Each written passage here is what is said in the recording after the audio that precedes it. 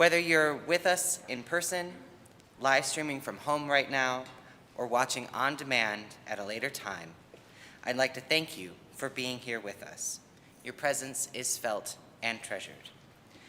My name is Eli Kranz. My pronouns are he, him, his, and I'm a member of the Lay Worship Leaders Program here at UUAA. And it is my pleasure to welcome you all here today. Joining me in today's service is the Reverend Manish Mishra-Marzetti, our senior minister, Reverend Theresa Rohlck, our Minister of Pastoral Care, Stella Anderson, our Director of Spiritual Growth and Development, Allison Halerz, our Pianist-in-Residence, and Mike Halerz, our technology consultant. And we are so grateful to have with us this Sunday the Chalice Bells.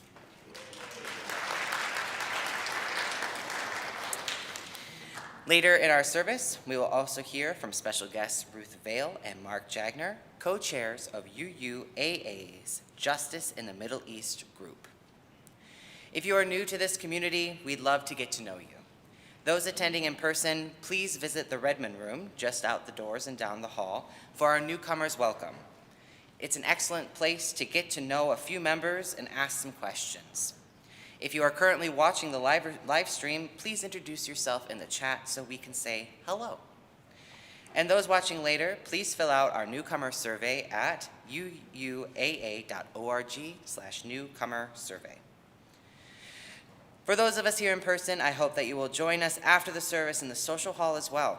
There you can have some coffee, bagels, and donuts, talk to different groups, and hear about what's upcoming for the congregation. On that note, I'd like to invite Reverend Manish to share with us a brief but important announcement. Good morning. This past week, many of you will have received two separate communications from our congregational leadership. The first is an invitation to be in personal discernment and reflection around our community's approach to masking, and the second is similarly to be in personal discernment and reflection around the question of our community structure of our Sunday mornings here at UUAA. If you didn't by any chance receive these two separate communications, emails, please feel free to contact the congregational office and we'll forward you those messages and or help you get on our community's listservs so that you'll have access to such important communications in the future. If you have already received these messages, we encourage you to engage in that personal invitation to deep reflection. It's an invitation to engage in an exercise of empathy and perspective taking. How can we be present to the variety of needs and possibilities that are open to us as a community? The task in a community as broad and as diverse as ours is always trying to discern what the middle path is. And the challenge with that, trying to figure out the middle path, is that often nobody gets 100% of what they would ideally like. And yet by finding those middle paths, we can often meet many needs in our community, if not sometimes most needs in our community, if not all. So we invite you to engage in that personal process of reflection with us and with your leadership. Thank you.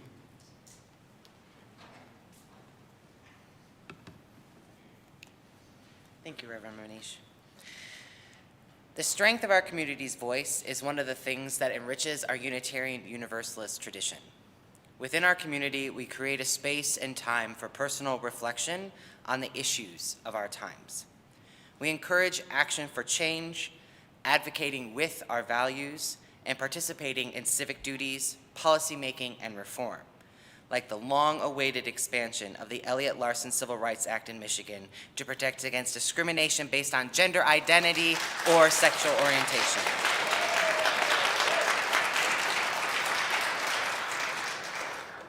There is an openness to differing views and perspectives in our community here in Ann Arbor and Unitarian Universalism as a whole.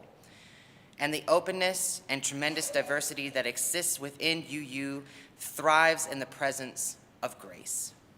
Grace for others when they make mistakes, and grace for ourselves when we do harm. This grace comes with the beautiful expectation of learning and the shared commitment to learn together, to grow and evolve together as a community.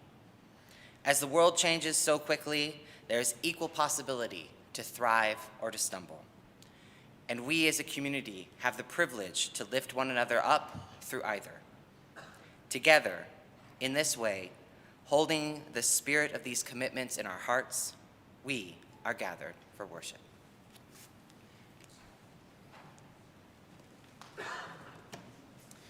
As Unitarian Universalist communities across the continent gather this morning, we engage in the common practice of lighting a chalice as we gather in community. The spark of a flame can mean many things to any one of us, and I encourage you to arrive at your own understanding of what this important tradition in our denomination may mean to you. For me, that spark of a flame can symbolize the commitment to love, the passion of caring in our hearts that we seek to bring alive in our own being and in the wider world. It can also be that spark of what the Greeks called Sophia, eternal wisdom, the deeper insight that can inform our words and deeds and actions. Helping us light our chalice this morning are Ruth Vail and Mark Jagner. Thank you so much for being with us. And as they help light the chalice, I invite you to join in our community's familiar words of chalice lighting. We light this chalice for the light of truth. We light this chalice for the warmth of love. We light this chalice for the energy of action. We light this chalice for the harmony of peace. Thank you, Mark and Ruth. A community such as ours, a Unitarian Universalist community, is not bound together by dogma or creed, by the requirement or expectation that we all agree to a certain set of beliefs. Rather, we have the freedom to explore on our own individual journeys what it might mean to be human for us and how to live into the fullness, richness, and depth of that. As we do so, we gather together in a shared journey that we voluntarily take with one another, a journey of community, a journey of mutual support and mutual care. Those commitments that we make to one another in community are expressed in the words of our congregation's covenant. Would you join together in the words of the covenant, our promises to one another? The spirit of this church is love, and service is its law. This is our covenant with each other, to dwell together in peace, to search for truth in love, and to help one another. May it always be so.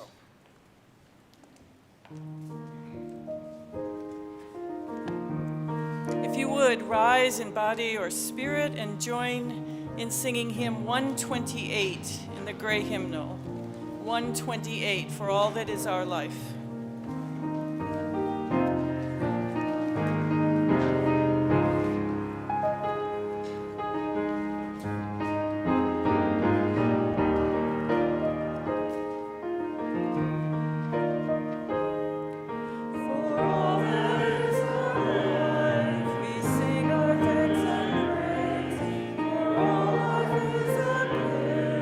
Which we are called to use to build the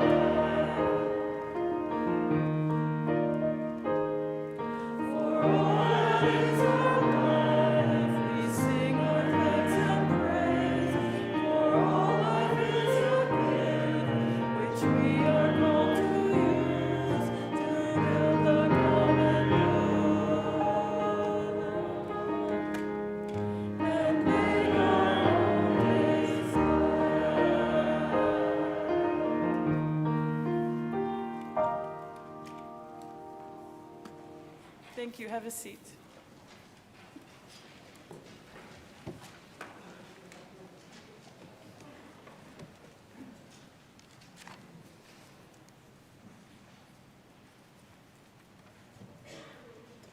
Good morning. We all make mistakes, and sometimes things are out of our control and mistakes just happen to us. As our story for all ages this morning shows, what matters is what you do when you find yourself in that place of uncertainty. A perfectly messed up story, written and illustrated by Patrick McDonnell.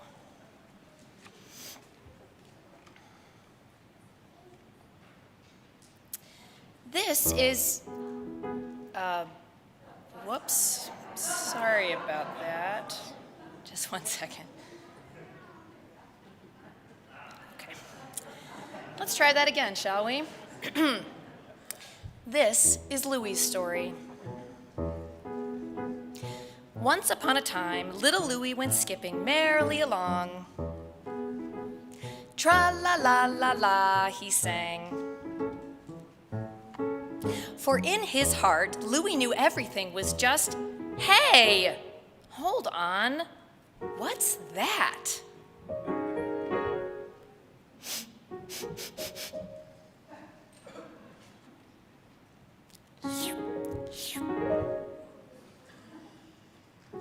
A jelly stain?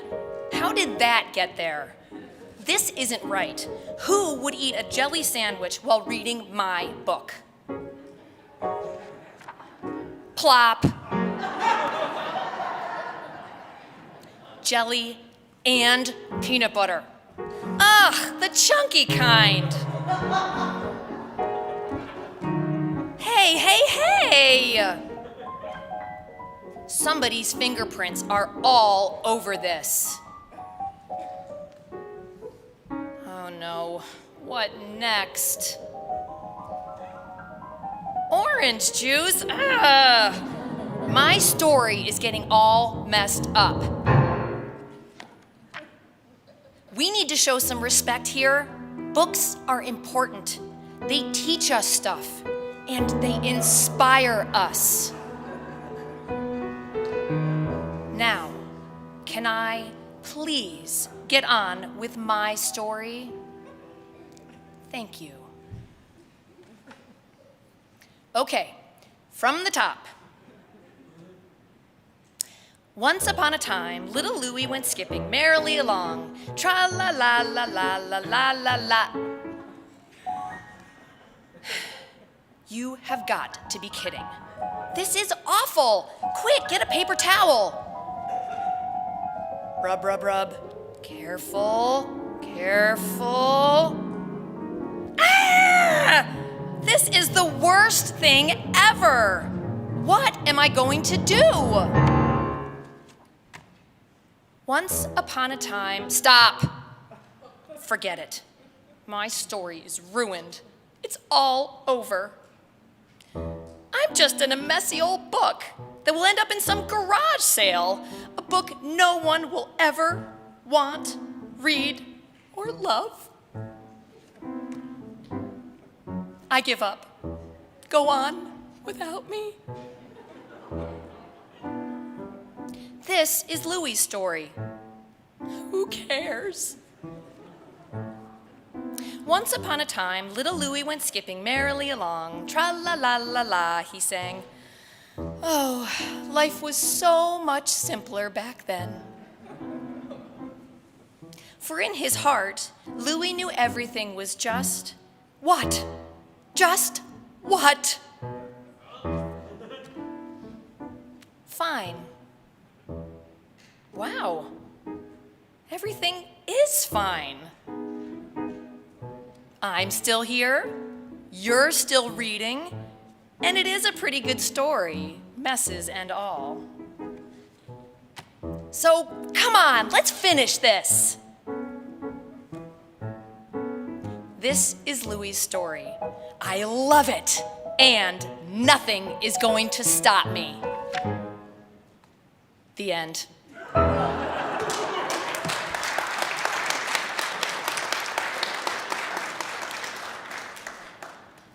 The first time I stood up here to deliver the welcome about a year and a half ago, I messed up the name of our congregation. It was the first sentence out of my mouth, and I messed it up. I practiced that welcome over and over and over again.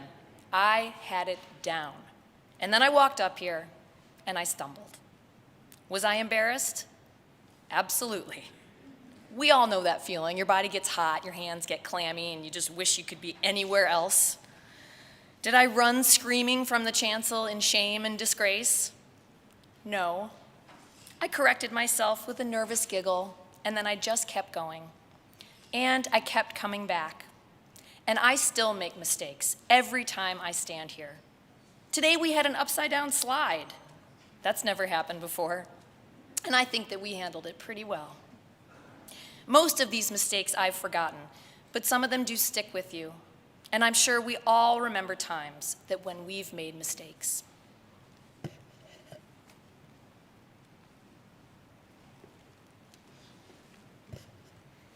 We're going to invite all who are gathered here, including online, into an interactive moment. And I'm going to share the kind of guidance of how we're going to do that in some stages or pieces. First, for those of you joining us on the live stream today, you're going to be a group of the whole for a few minutes. And in that group of a whole, we're going to invite you to share via reflection in the chat a mistake. And we want to invite you to be a bit courageous. Share one that mattered. And if you can, and if you're able, what you learned from it. Now, because that's, I think, in my estimation, a courageous thing to do in a chat in a larger group, first know that nobody is saving or archiving that chat, that what you share in that chat stays in the chat. And I want to encourage those who are there being present to others sharing, including yourself. Offer affirmation, offer appreciation as people courageously share in that chat. We're going to engage in a similar exercise here for those who are gathered in person. And first, I'd invite all the younger ones, anyone who identifies as a younger member of our community, you can start making your way up. Stella is going to facilitate a discussion for younger members of our community right here in the front of the sanctuary around mistakes. And if a caregiver wants to help bring a little one up, you are more than welcome to do that, to join up here together for a few minutes of dialogue.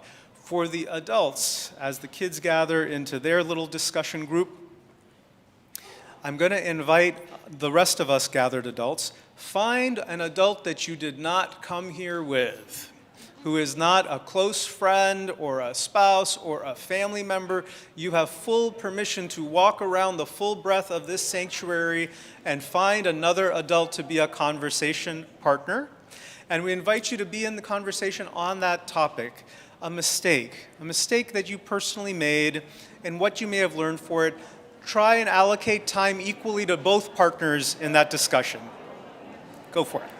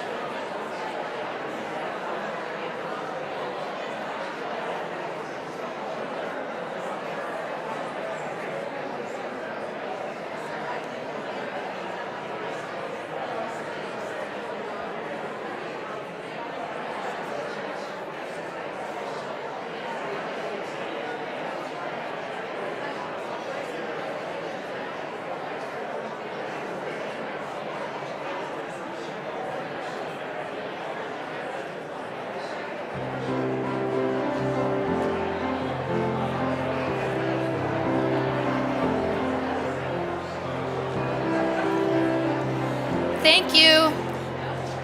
Thank you all for your willingness to make yourselves vulnerable with each other.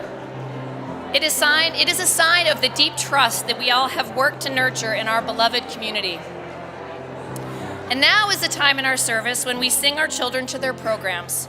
I invite all of our young people to follow their teachers out of the sanctuary and to the Jackson Chapel for a children's chapel as the congregation sings with love, and caregivers are welcome to join us. Please sing together. Where you go, I will go, beloved. Where you go, I will go. Where you go, I will go, beloved. Where you go, I will go. For your people are my people. Your people are mine. Your people are my people. Your divine, my divine. Where you go, I will go, beloved. Where you go, I will go. Where you go, I will go, beloved. Where you go, I will go. For your people are my people. Your people are mine. Your people are my people. Your divine, my divine.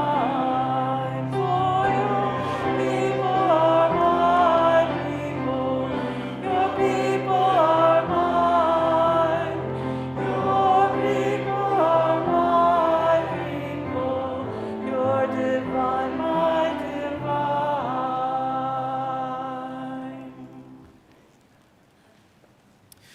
Once a month, we make a little bit of time in our services to hear about the important work of building and nurturing justice that members of our community are engaged in.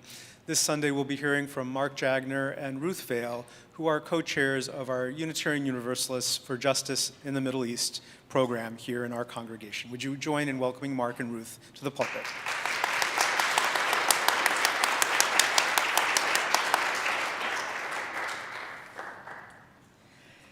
Good morning. I am Ruth Vail. Mark Jagner and I are co-chairs of the Unitarian Universalists for Justice in the Middle East here at the Ann Arbor congregation. This has been a part of UUAA's social justice community since 2001. There are 27 UUJME chapters throughout the United States. Our mission is to help UUs understand the situation in Palestine, Israel, and to advocate for U.S. Middle East policies that prioritize human rights. This morning, we will be summarizing our denominational actions towards justice in the Middle East, and then we will tell you about two upcoming events co-sponsored by the UUAA Justice in the Middle East Committee. We were founded in 1971. The national UUJME organization sponsors educational programs such as the 7 Principles in Palestine-Israel Study Guide and Voices from the Holy Land film salons. We lead human rights delegations to Palestine, Israel, advocate for legislation that promotes peace and centers on human rights. At the annual General Assembly, the Unitarian Universalist Association, UUJME, sponsors lectures and workshops. We host an exhibit hall booth and guide our denomination in drafting social justice statements on Palestine, Israel. Here are some social justice statements. The General Assembly has opposed the building of settlements, land confiscation, and house demolitions in occupied territories, called on Israel to withdraw from lands conquered in 1967, and the U.S. government to cease supplying weapons to Israel used to violate human rights. Required prioritizing of human rights in investment decisions, and opposed federal and state laws that criminalize boycotts in support of Palestinian rights. Mark will now tell us about other actions that have been taken across the UU denomination and to promote peace in the Middle East.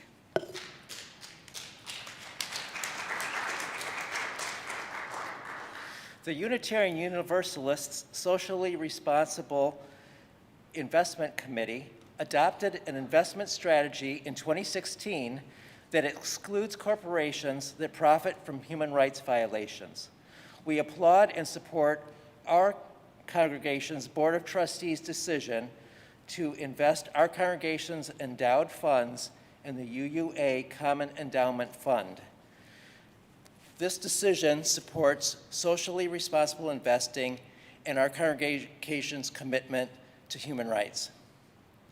The Unitarian Universalist Services Committee in 2021 called on the U.S. government to withhold military aid to Israel, stating, "Human rights violations against the Palestinian people demand global solidarity."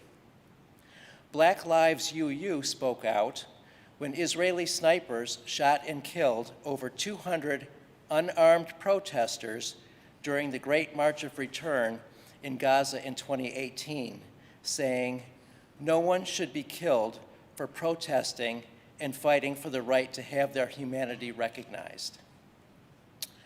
Churches for Middle East Peace is a coalition of 30 denominations and faith organizations that engages directly with the U.S. policymakers to advocate for peace in the Middle East.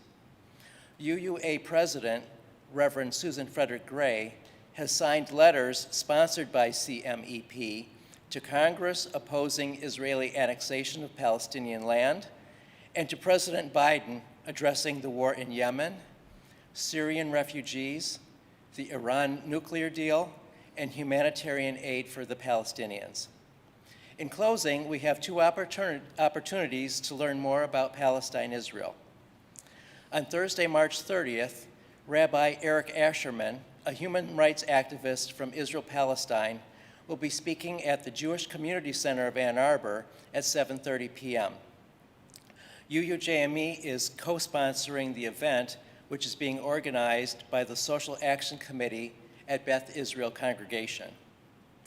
Please join us today at 1 o'clock in Foz Chapel or on Zoom to view a video by Miko Peled, author of The General's Son, co-sponsored by Veterans for Peace. Born in Jerusalem, Mr. Peled is a clear voice for reconciliation between Israelis and Palestinians.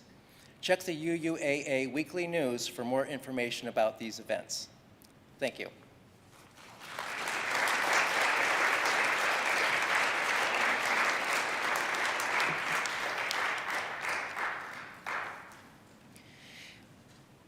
Thank you so much, Mark and Ruth. There are many ways and opportunities to come together as a community. One of those ways is through the spiritual practice of our offering. Each week, we bear witness to each other's generosity, whether it's through our presence, our time, our financial gifts, our work on committees, or all of the above. In just a few moments, the ushers will come forth to collect the offering here in our sanctuary. As the baskets are passed, please feel free to leave check or cash donations. Feel free to give whatever you're able. If you prefer to give electronically, you can text UUAA to 73256 or visit uuaa.org/giving and select weekly offering for the fund. No matter the mode of giving, we thank you for your financial generosity.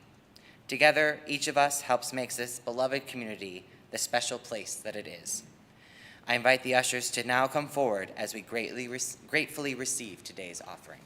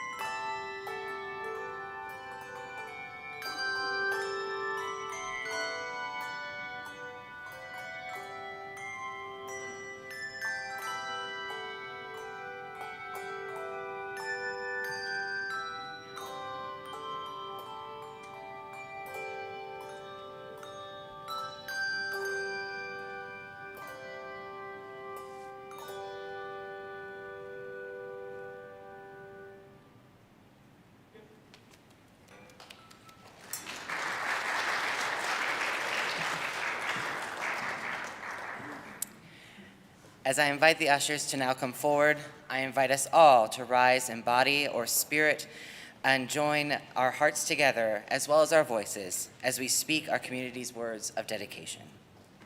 To the work of this congregation, which is weaving a tapestry of love and action, we dedicate our lives, and these are offerings. Thank you. Please be seated.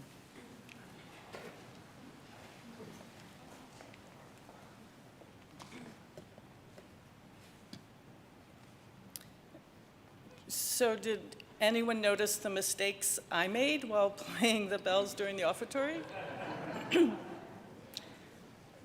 Yeah? Well, I noticed. I am a trained musician. I did an undergraduate degree in music here at the University of Michigan as a violist. And from a young age, I worked hard to not make mistakes. I practiced many hours in a day, sometimes on just a few measures of a piece. The goal I was taught was to play technically perfect and musically.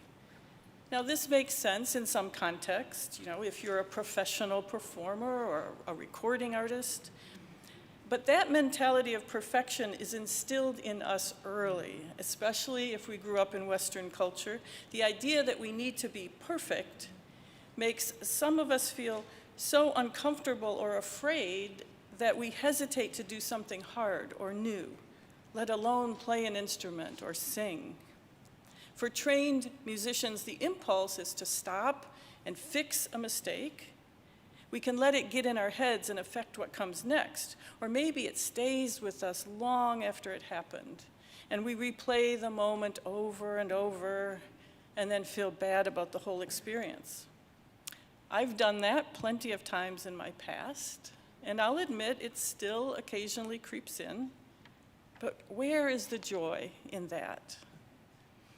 I never sang in public before joining the choir at this congregation. I was too afraid of what I sounded like.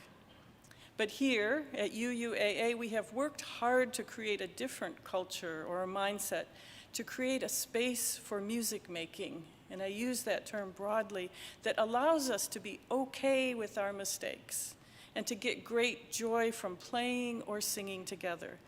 It's a place where you can start to believe that your voice is beautiful. Now, Allison, by her own admission, has made some mistakes in her playing. I know, that's really hard to believe, right? But what if she messed up during a hymn and just decided to stop and fix it? Where would that leave all of us? In this communal act of music making, she has to immediately notice it, let go, and move on, bringing us all with her. And if she let a tiny mistake take over her mind, she might never come back to play at the next service. So when you participate in communal music making, what goes through your mind? That you can't sing? That you sing off key or you will surely make a mistake? That you can't follow the rhythm? Or you're embarrassed because the person next to you is in the choir and will hear you? I'm grateful for the gift of music making this community believes in and encourages in us all, for encouraging us to sing, to clap, to keep at it, for allowing space for mistakes and space to just keep going. The joy and beauty of making music with others is something we are blessed to be part of. So now it's your turn. Will you join us? Once you are shown a clapping pattern, just keep doing it until one of us indicates a new pattern. And if you mess up or make a mistake, what will you do? Keep going. Yes, you will not stop and run out of the sanctuary. Please. Keep at it as best you can. Watch those around you, watch us, and let go of perfection. So we're going to have like this kind of half of you all here, one section and the other side the other section. Okay, let's start just with a quiet beat on your body. 1.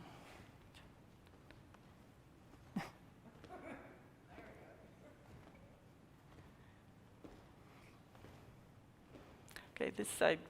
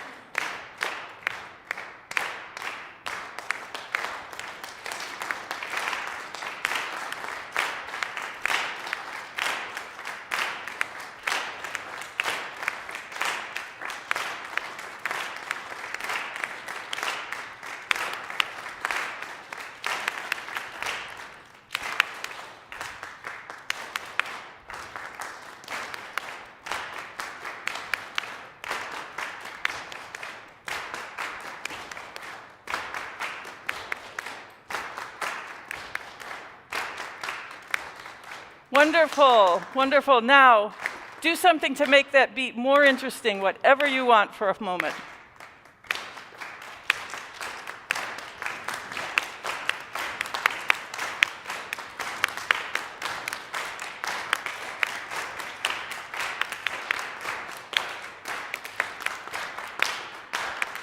One, 2, 3, 4, and stop. Beautiful.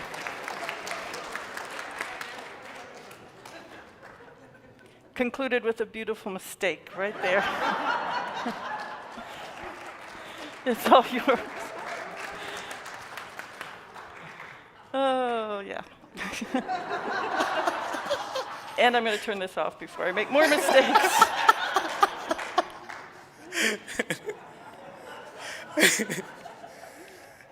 Oh, I love it.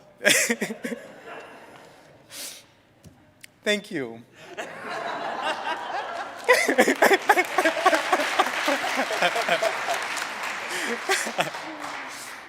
I love this topic so much.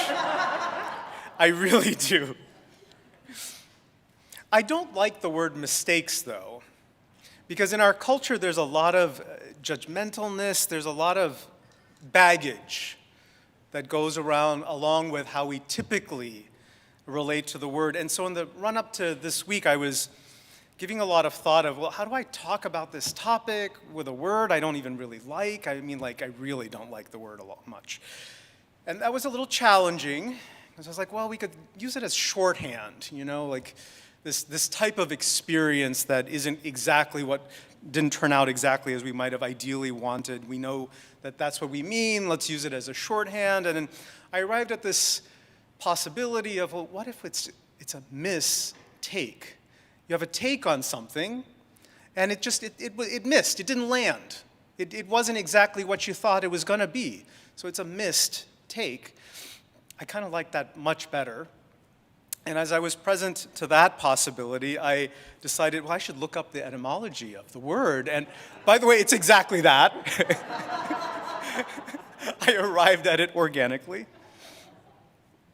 And there are, as we know from our own lived experience, there are mistakes that are small and there are mistakes that are larger, mistakes that are bigger. And in that spirit of first, let's think about the smaller mistakes. Oh, we had a lovely example, case point and study. There's an author who writes in the field of spirituality by the name of Dan Wilt, and he's written an essay entitled The Power of Little Mistakes. And I want to share a couple of passages from one of this particular essay of his. The power of a little mistake. He writes, I wrote a phrase in an email that was incorrect. I was in a hurry. Little time to review what I wrote, but no one cares that I was in a hurry. Not one of the tens of thousands of readers of that email cares that I was in a hurry and forgot to double-check a reference. Oh, the humanity. Readers immediately hit reply to inform me and the organization for which I am writing that a mistake has been made. They are thankful for my mistake. That mistake gave them something important to do that morning. Correcting me was a great start to the day. They probably finished their morning thinking, I feel refreshed now. When a little writing mistake happens, for someone like him, a professional writer, a sick feeling in my stomach overtakes me, and I am deeply, deeply embarrassed. I'm embarrassed for me. I'm embarrassed for the organization that I represent. I'm especially embarrassed if the mistake changes the meaning of what I was writing, conveying something different than what I actually meant. Beyond embarrassment, I experience shame. There it is again, raising its ugly head, shame, the opponent from which I need deliverance. You didn't make a mistake, shame whispers. You are the mistake. The enemy of my soul begins its work. We all have some experience like this, of a misstep, a missed take, something that didn't quite go as hoped for or planned.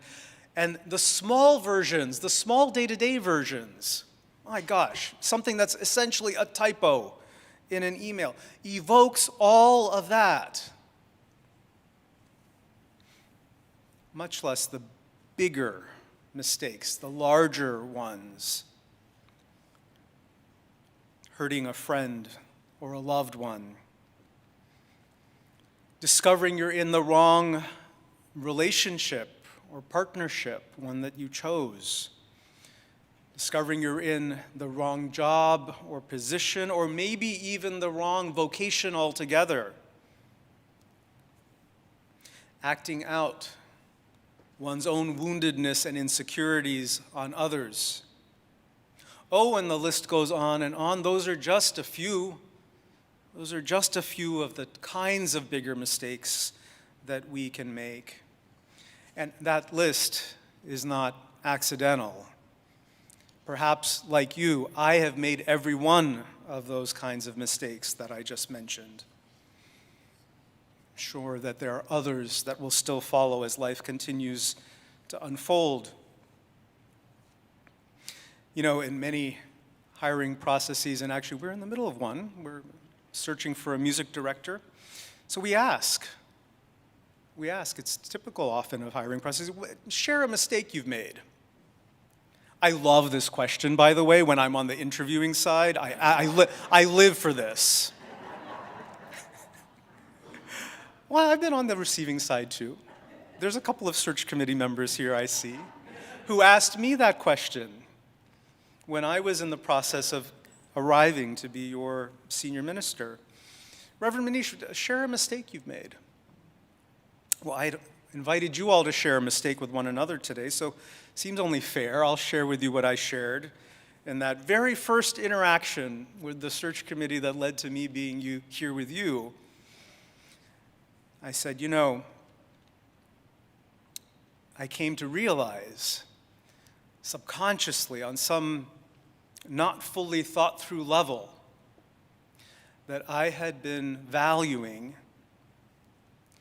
money as an indicator of professional accomplishment and worth. So obviously the more I got paid, the more I've achieved somehow. And prestige, the prestige of a position, as also an external indicator of my worth. So much so So much so, subconsciously, not even aware I was doing that, just moving with a lot of cultural assumptions that are in the water around us. I arrived in a situation that I found deeply unfulfilling and deeply unmeaningful for me. And beyond that, that's hard enough, that's painful enough. Beyond that, it was that way for my family as well. All because, without full examination, without full awareness, I prioritized money and prestige over fulfillment and meaning and joy. Now, of these types of larger mistakes, Annie Lamont, the wonderful writer of human behavior, spirituality, that good stuff, she says, you have to make mistakes to find out who you aren't.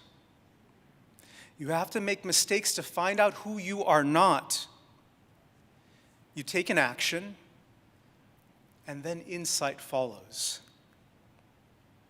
You do not think your way into becoming yourself. Think of this. This is beautiful, the way she's phrased this. We grow through experience-based learning. We grow through experience-based learning. We take an action, which leads to consequences. We then assess whether those consequences are in alignment with who we truly are. Then based on that assessment, we get to make changes or adjustments. This is called growth.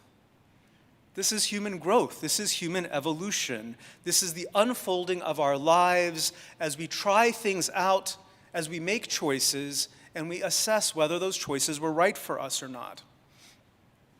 What I learned through taking something that had been subconscious and starting to look at it consciously, with awareness, with intentionality, was that I don't actually give a hoot about money or prestige.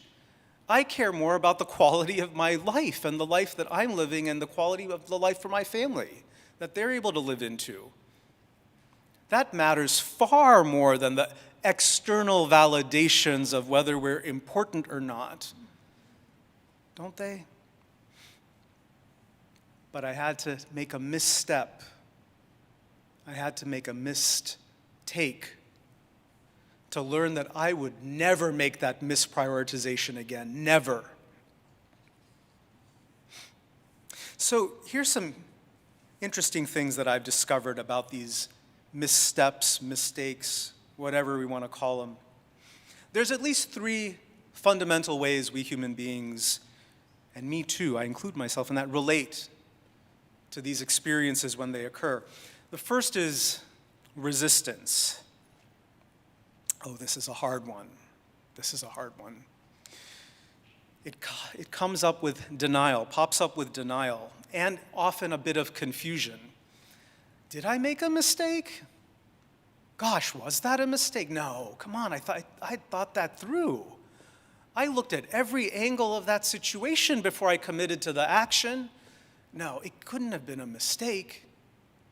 The denial. Then, if somebody else is trying to invite us to look at what we've done, may the mercies be with them. For what then emerges is the defensiveness. Oh, you think I made a mistake? Me? Well, what if you're actually the problem in the situation and it's not me at all? The defensiveness turns into an externalization. No. It's not me. It's you. If only you would engage in self-reflection, you would see that you're really the problem for trying to get me to look at myself. Resistance, this is so familiar, right? We've all encountered all this in ourselves and in others. Resistance is always fear-based. Always fear-based. Someone who is not moving with fear has no difficulty at all holding themselves side by side with everything else that needs to be looked at. Someone not holding fear will say, okay, let's look at my role in that, let's look at your role in that, let's look at the contextual role, let's look at circumstances outside that we can do anything about, purely situational factors. Let's look at all of it, including myself. So when you get the hard pushing, no, no, no, no, no, it's not me, it's you. It's a fear of looking at oneself. Why? Because you might get judged. You might get judged. So fear, critical thing we have to work with this resistance energy pops up. But another one that's just as strong is this energy of shame, which our writer from a few moments ago shared with us. That feeling of not just I made a mistake, but I am a mistake, meaning I am broken, I am flawed. Oh, that's a hard one, isn't it? Oh, I screwed up again. I'm always screwing up. It's always me. I never get these things right. Gosh, again. This is as insidious as resistance. While resistance, it shuts down conversation and growth. Resistance makes conversation and growth impossible. Shame does the same. It keeps us stuck. It makes growth impossible, but it's even more insidious in a way because it leads to this spiral of self-recrimination, self-blame, a stuckness in which we continue to injure ourselves on top of the problem that we need to address, the issue we need to look at more deeply. It keeps us stuck while we cause ourselves injury and pain. Resistance, fear-based. Shame, also fear-based, but it's a fear rooted in self-esteem. What if they're right? What if I really am no good? Whatever it is I'm trying to do or be in the world. Or what if goodness fundamentally doesn't even reside in me? What if they're right? It's a fear related to our esteem. The third option, resistance, shame, the third one, is working with whatever shows up. While fear permeates these other two possibilities profoundly and deeply, this is the path of courage. It requires courage. It requires us claiming courage as our own. And it is the path worth taking when we can. Our Jewish siblings at the Kabbalah Center, a center devoted to Jewish mysticism, they share some of what this path looks like. It involves profound personal reflection. So moving out of that resistance that externalizes it, it's my boss's fault, it's the department head's fault, it's the culture's fault, the society's fault. Personal reflection, side by side with personal responsibility. What part of this is mine? What part of this is me? Deep personal reflection. Along with that, realistically and honestly, owning and accepting our own imperfection. For what choice is there but to do that? There is no such thing as perfection in human being or human living, human existence. None of us is perfect, even though we often face immense fear within ourselves in owning and admitting to those imperfections. But we know none of us is imperfect, so we must make peace with that. We must fully accept that, embrace it even if we can. That embracing of our own finitude, our own limitations, it leads us to humility, a humbleness. It's the exact opposite energy of that harsh resistance. The humility is, okay, let's take a look at that. Yeah, I make mistakes. Don't we all? I can look at that. I can be present to that possibility side by side with the humility, empathy. Well, how did those actions, those words, how did they impact others around me, people that I care about? My family members, my loved ones, my coworkers, my community members. Yeah, I can look at that. I can be present to that. Perspective taking. How might others have encountered and experienced us as we lived into a choice that at the moment we thought was all right, was maybe the best choice possible. But now we can see, we stop and look, there were consequences I didn't expect or anticipate. We bring empathy to that. We bring perspective taking to that. Through these steps, these processes, we arrive at a commitment to do better. Reflection alone doesn't do it. Empathy alone doesn't do it. An internal commitment that, yes, I'm going to do better. I want better for me. I want better for those around me as well. I'm going to live differently from here on out. In that process, we make amends where amends are possible. We show up and let others know, hey, I'm learning and growing. I see the situation a little differently than I had a few weeks ago or some months ago. Thank you for your graciousness. As I'm seeking to do that, seeking to learn and grow myself, I'm making that commitment to myself, for myself, and for the sake of showing up in a better way in the world around us. It's through these ways that we begin to live into a fuller, deeper sense of who we are. Think of this wonderful town that we love, that we live in, Ann Arbor. And for those of you streaming, you may not live here. It's a beautiful, beautiful place. Come visit us one of these days. We'd love to have you here. It's a town, it's a region that is deeply committed to the ethos of education, to the ethic of learning and growth, to the power and possibility of that. It is life's greatest teacher, our mistakes, the missteps, the missed takes.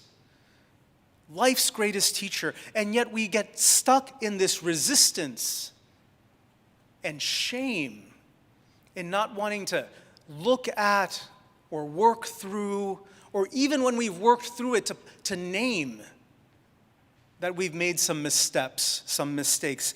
I'll tell you, let it go. Let go of the resistance and let go of the shame. In my own life, I talk openly. I've written essays and books and talked about mistakes that I've made. I give public talks and lectures, and I openly speak about the mistakes I've made. I preach about them regularly. There is a freedom in it. There's a freedom in completely defying and letting go of that internal resistance and shame. And here's the beauty of how and why. Because it's not just about the mistake. It's about, I made a mistake and I learned something from it. Here's what I learned about human living. It's this thing. Meaning making, fulfillment, not just for myself, for my spouse, for my kids. All our well-being collectively matters more than any sum of money and any title on any job. It is a badge of courage. It is a badge of courage to arrive at that insight into human living. Wear it proudly. Claim those badges. They are yours. Don't let shame keep those badges hidden. They are yours. I often say, some of you have heard me use the phrase, hard-won wisdom, hard-won insight, hard-won life experience. This is exactly what I mean. Every time I say those phrases, this is what I mean. This is the hard-won part of it. These experiences can be painful. They challenge us.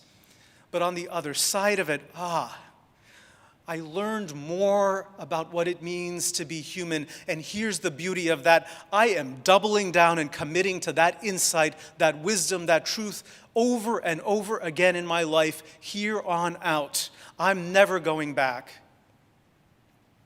I know that's how you live too. I know it. Own it with pride, because it takes courage, perseverance, and commitment to live in these ways. Don't hide it. Don't hide it. Honor the teacher that is our mistakes. And from that place of humility, from that place of accepting our own limitation, our finitude, our imperfection, when we show up to our loved ones and say, hey, I'm realizing I hadn't looked at this thing. I wasn't aware of it. I wasn't fully awake to it. I wasn't fully conscious to it, but I'm realizing this thing. I had to do this with my husband. Our kids were too little, but I had to do this with him, and I had to say, I'm realizing this thing. I'd prioritized money and prestige as external signs of my worth over my well-being and our family's well-being. I'm ashamed. I'm embarrassed by it. But here's the beauty. In that humility, in that authenticity, in that integrity, how can someone who loves us not forgive us and stand by us? When they see that integrity, they see how hard we're trying, why wouldn't they love us up and stand by us? Which is exactly what my spouse did. Which is exactly what we do for one another all the time.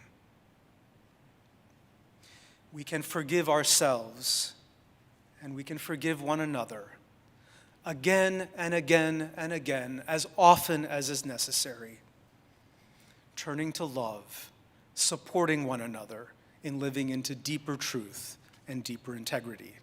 May it always be so.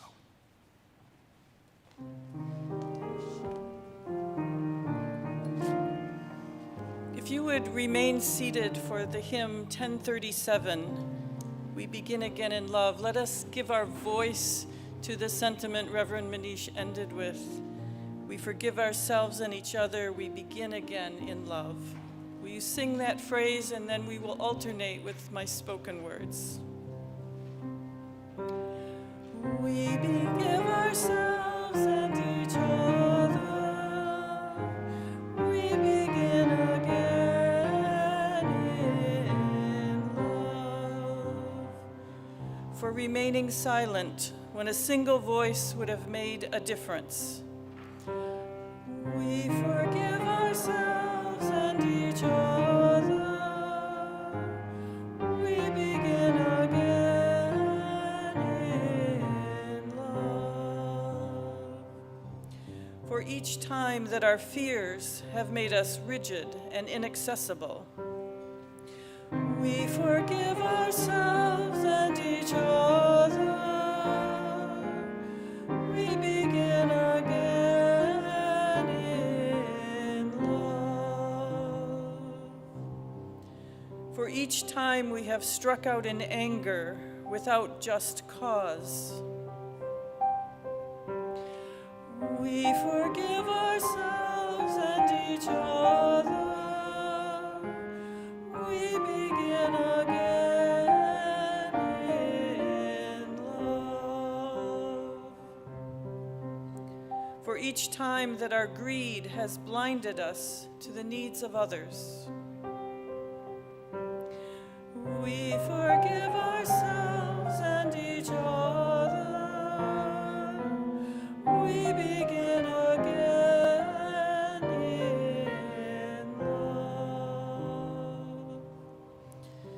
For the selfishness that sets us apart and alone, we forgive ourselves and each other, we begin again in love. For falling short of the admonitions of the Spirit, we forgive ourselves and each other, we begin again in love. For losing sight of our unity,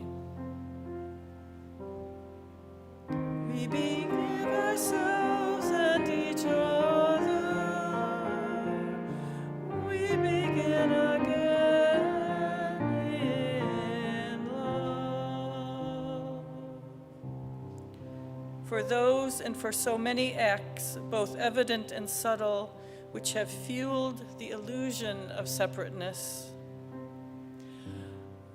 We forgive ourselves and each other.